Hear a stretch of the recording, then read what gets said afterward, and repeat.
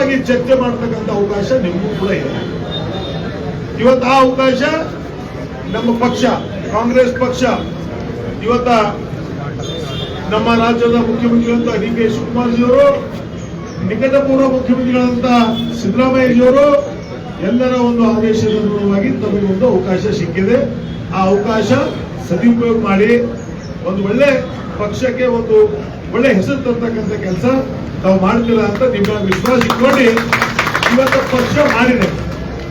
ಇವತ್ತು ಇನ್ನೊಂದು ನಮ್ಮ ಪಕ್ಷದ ಎಲ್ಲ ಮೂಲೆ ಬರಲಿಂದ ತಾವೆಲ್ಲ ಮುಖಂಡರು, ಕಾರ್ಯಕರ್ತರು ಎಲ್ಲರೂ ಕೂಡ ಬಂದಿದ್ರೆ, ವಿಶೇಷವಾಗಿ ನಮ್ಮ ಮಾಧ್ಯಮ ಸ್ನೇಹಿತರು ಕೂಡ ಬಂದಿದ್ದಾರೆ. ಇವತ್ತು ಕೆಲವೊಂದು ಕಾರಣಾಂತರದಿಂದ ನಾವೇನು ನಾಮನಿರ್ದೇಶನ ಮಾಡಬೇಕಾಗಿದೆ. ಇವತ್ತು ರಾಜ್ಯ ಮಟ್ಟದಲ್ಲಾಗಲಿ, ಜಿಲ್ಲಾ ಮಟ್ಟದಲ್ಲಾಗಲಿ, ತಾಲೂಕಾ ಮಟ್ಟದಲ್ಲಾಗಲಿ ಸಾಕಷ್ಟು ವಿಳಂಬ ಆಗಿದೆ.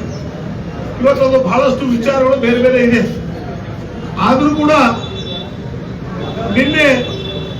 ಮೊನ್ನೆ ಹೊಸದಾಗಿ ಸಂಪುಟ ರಚನೆ ಆದ ನಂತರ ಮಾನ್ಯ ಮುಖ್ಯಮಂತ್ರಿಗಳು ಹೇಳಿದ್ದಾರೆ, ಕೆಲವೇ ದಿನದಲ್ಲಿ ರಾಜ್ಯ ಮಟ್ಟದಲ್ಲಿ ಇರ್ತಕ್ಕಂಥ ಏನು ಡೈರೆಕ್ಟರ್ಸ್ ಇರ್ಬೋದು, ಸಂಘ ಸಂಸ್ಥೆ ಅಧ್ಯಕ್ಷ ಇರ್ಬೋದು, ಉಪಾಧ್ಯಕ್ಷ ಇರ್ಬೋದು, ಮೊದಲನೇದಾಗಿ ಪ್ರಾತಿನಿಧ್ಯ ಕಾರ್ಯಕರ್ತರಿಗೆ ಕೊಡ್ತೀವಿ ಅಂತ ಇವತ್ತು ಹೇಳಿದ್ರು. ನನಗೆ ಅನಿಸ್ತದ ಕೆಲವೇ ದಿನದಲ್ಲಿ, ಅದರಲ್ಲಿ ಒಂದು ನಿಮಗೆಲ್ಲರಿಗೂ ಹೇಳಕ್ ಇಚ್ಛೆ ಪಡ್ತೀನಿ. ನಾವೆಲ್ಲ 2023 ಚುನಾವಣೆಯಲ್ಲಿ ಹುಮ್ನಾಬಾದ್ ಕ್ಷೇತ್ರದಲ್ಲಿ ಕಾಂಗ್ರೆಸ್ ಪಕ್ಷ ಸೋಲು ಉಂಟಾಯಿತು. ಇವತ್ತು ಹೆಚ್ಚಿನ ಸಂಖ್ಯೆಯಲ್ಲಿ ನಮಗೆ ನಾಮನಿರ್ದೇಶನ ಮಾಡಕ್ ಆಗ್ತಾ ಇಲ್ಲ. ಪಟೇಲ್ ಸಾಹಬ್, ಜब हम पावर में रहते सब लोग पावर में रहते, ऐसा हो गया. ಈಗ ಅಲ್ಲಿ ಏನ್ ಹೇಳಿದ್ದಾರೆ ಅಂದ್ರೆ, ಒಂದು ಕ್ಷೇತ್ರದಲ್ಲಿ ಒಬ್ಬ ಬಿದ್ದಂತ ಮಾಜಿ ಶಾಸಕರು ಇರ್ಬೋದು, ಮಾಜಿ ಸಚಿವರು ಇರ್ಬೋದು, ಒಂದೇ ಒಂದು ಹೆಸರು ಕೊಡ್ತಕ್ಕಂಥದ್ದು ಅಧಿಕಾರ ರಾಜ್ಯ ಮಟ್ಟದಲ್ಲಿ ಕೊಟ್ಟಿದ್ದಾರೆ. ಅದು ಯಾವ ರೀತಿ ಅವ್ರು ತೀರ್ಮಾನ ಮಾಡ್ತಾರೆ, ನಾವು ಹೆಸರು ಕೊಟ್ಟಿದೀವಿ. ಯಾವ ಕಾಸ್ಟು ಯಾವ ಆಧಾರ ಏನ್ ಮಾಡ್ತಾರ ಅಂಬೋದು ಅದು ಗೊತ್ತಿಲ್ಲ. ಒಂದೇ ಒಂದು ನಮಗೆ ರಾಜ್ಯ ಮಟ್ಟದಲ್ಲಿ ಕೊಟ್ಟಿದ್ದಾರೆ. ಯಾಕಂದ್ರೆ ನೀವು ನೇರವಾಗಿ ಹೇಳಕ್ ಇಚ್ಛೆ ಪಡ್ತೀನಿ, ಇವರೇ ಮಾಡಿದಾರ, ಅವರೇ ಮಾಡಿದಾರ, ಇವರಿಗಾಯ್ತು ಅಂತ ಯಾರು ಕೂಡ ಭೇದ ಭಾವ ಮಾಡೋದು ಬೇಡ. ಮುಂದೆ ಬರ್ತಕ್ಕಂಥ ದಿನದಲ್ಲಿ ನಿಮಗೂ ಒಳ್ಳೇದಾಗ್ತದ. ಇವತ್ತು ಯಾರಿಗಾಗಿಲ್ಲ, ಮುಂದೆ ಬರ್ತಕ್ಕಂಥ ದಿನದಲ್ಲಿ ಆಗ್ತದೆ. ಇವತ್ತು KDBಯಲ್ಲಿ 6 ಜನರಿಗೆ ಮಾಡಕ್ಕಿತ್ತು. ಯಾಕೆ ಅದೊಂದು ಗೈಡ್ಲೈನ್ಸ್ ಇದೆ. SC ಅಥವಾ ST, ಮೈನಾರಿಟಿ, ಬ್ಯಾಕ್ವರ್ಡ್, ಜನರಲ್ 2 ಸರ್ಕಾರದ ಆದೇಶದ ಅನುಗುಣವಾಗಿ ಇವತ್ತು ಇವರು 6 ಜನ ನಾಮನಿರ್ದೇಶನ ಬಂದಿದ್ದಾರೆ.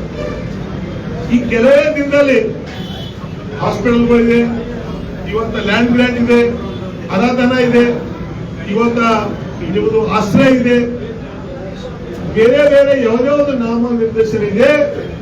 ನಾನು ಕೂಡ ವಿಚಾರ ಮಾಡಿದ್ದೀನಿ. ಆಗಸ್ಟ್ 15ರ ಒಳಗಾಗಿ ಅದು ಮುಗಿಸ್ತಕ್ಕಂಥ ಕಾರ್ಯ ನಾವು ಮಾಡ್ತಾ ಇದ್ದೀವಿ.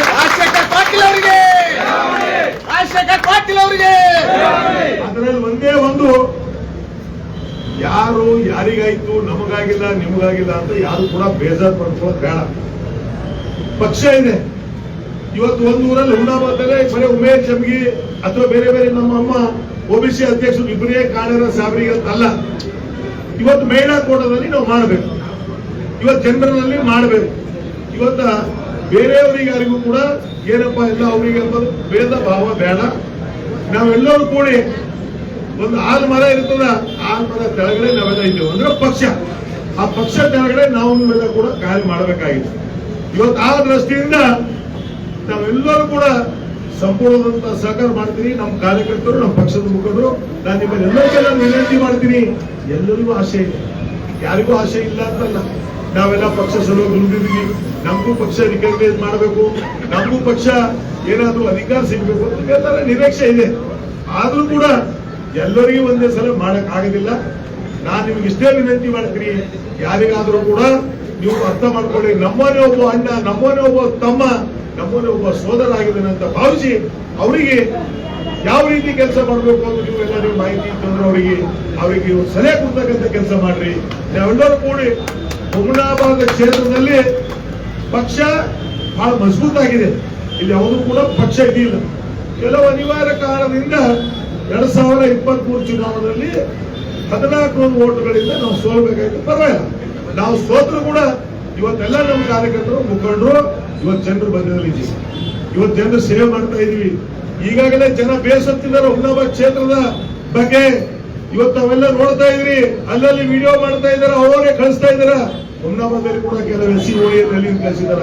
ಅಡಿಕೆಯಲ್ಲಿ BL ಪರಿಸ್ಥಿತಿ ಏನಿದೆ, ಇದು ಲಾಲ್ದರಿ ತಾಂಡ, ಇವತ್ತು ನಾವಿದ್ದ ಪಂಡ್ರಿಗೇರಿ ತಾಂಡ, ಇವತ್ತು ನಾನು ಶಾಸಕನಾಗಿದ್ದಾಗ ಯಾವ ರೋಡ್ಗಳ ಪರಿಸ್ಥಿತಿ ಏನಿತ್ತು ಅವಾಗ ನಮಗೆ ಬರ್ತಕ್ಕಂಥದ್ದು ಕಲ್ಯಾಣ ಕರ್ನಾಟಕದಲ್ಲಿ 30 ಕೋಟಿ.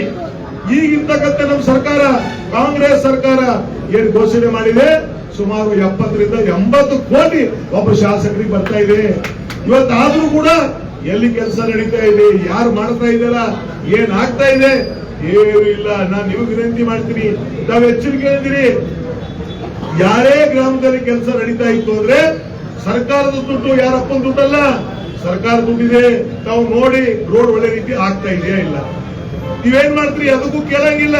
ಆಮೇಲೆ ರೋಡ್ ಬಿತ್ತು, 6 ತಿಂಗಳದಾಗ ರೋಡ್ ಹೋಯ್ತು. ಹೋಗಿದ್ಮೇಲೆ ಹೇಳ್ರಿ, ಸಾಬ್ರೆ ಇವ ಮುಖ್ಯದಾರ ಮಾಡಾಗ ಇವಾನ ಅವ್ರ ತಮ್ಮನ ಇವ್ರ ಅಣ್ಣನ, ಅವಾಗ ಏನು ಮಾಡಕ್ ಆಗಲ್ಲ. ನೀವು ಕೆಲಸ ನಡೆಯುವಾಗ ನಿಮಗೆ ಹಕ್ಕಿದೆ. ಡಾಕ್ಟರ್ ಬಾಬಾ ಸಾಹೇಬ್ ಅಂಬೇಡ್ಕರ್ ಅವರು ಇವತ್ತೇನು ಹಕ್ಕು ಕೊಟ್ಟಿದ್ದಾರೆ, ಪ್ರತಿ ಪ್ರಜೆಗೆ ಕೇಳ್ತಕ್ಕಂಥ ಹಕ್ಕು ಇವತ್ತು ನಿಮಗಿದೆ. ಇವತ್ತು ಯಾವುದೇ ರೋಡ್ ಇರ್ಬೋದು, ಏನೇ ಕಾರ್ಯಗಳು, ಸರ್ಕಾರ ಕಾಮಗಾರಿ ಇರ್ಬೋದು, ಯಾರಾದ್ರೂ ಧಮಕಿ ಕೊಡ್ತಾರ,